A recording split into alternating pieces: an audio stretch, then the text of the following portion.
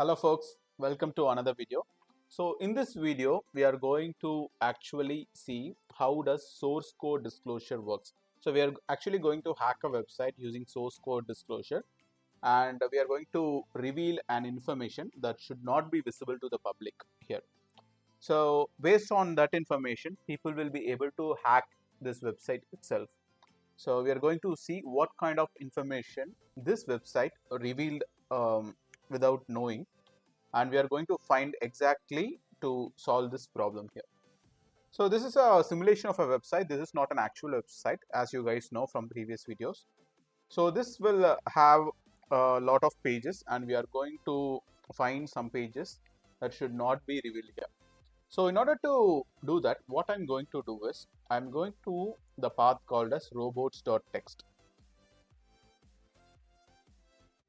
So robots.txt is a file that is specifically used for search engines to ignore certain folders from the, for example, from search engine findings. So in order to avoid like search engine findings, it will give you what and all to not allow for indexing in the search engine. So here you can see they have given some disallow for hash backup. So the backup folder, they don't want it to be indexed by the search engine. It should not be revealed in any search engine, that means. But what we are going to do is we are going to specifically see what this backup file has.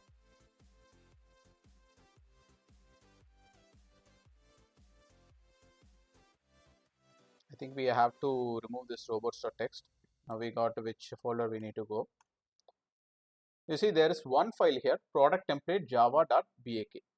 So what I'm going to do is I'm going to see. So here you can see that there is some source code that is actually present here of this website. So this itself is a vulnerability. There should not be any source code that should be visible, and it's an information disclosure vulnerability. They should not reveal any source code of the website. If you kind of submit this, you can get a bounty, but we are going to get it to more forward things. For example, what I'm going to do is I'm going to read this code. This code is actually Java based code. We can see a lot of imports here. So clearly it's a Java based code. And in that, I'm going to search for any sensitive information that can be used for the exploitation of the website. This can be used for bug bounty as well as penetration testing. So while I'm going here, you can see this information is very, very interesting for me. The reason is it's a connection builder. That means it's connecting to a database. And here you can see this is the database name and localhost, and this is the port, and this is the username, password. Sorry, this is the database name and this is the username. But where you can see is this value. So this seems like a very complicated value, and I'm thinking this might be a password. So this is how we find that this is a database password, and based on that, further exploitation could happen by using this password. So what we are going to do is we are going to get this and try to submit if we can see this is a important value or not. So here what I'm going to do is I'm going to back. I'm going to submit solution and submit the password.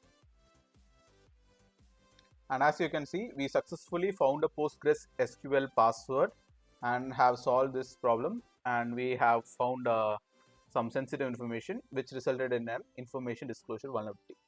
So that's it for today, guys. Thank you for watching. Please like, share and subscribe. Your support is crucial for me for the next set of videos. Thank you for watching.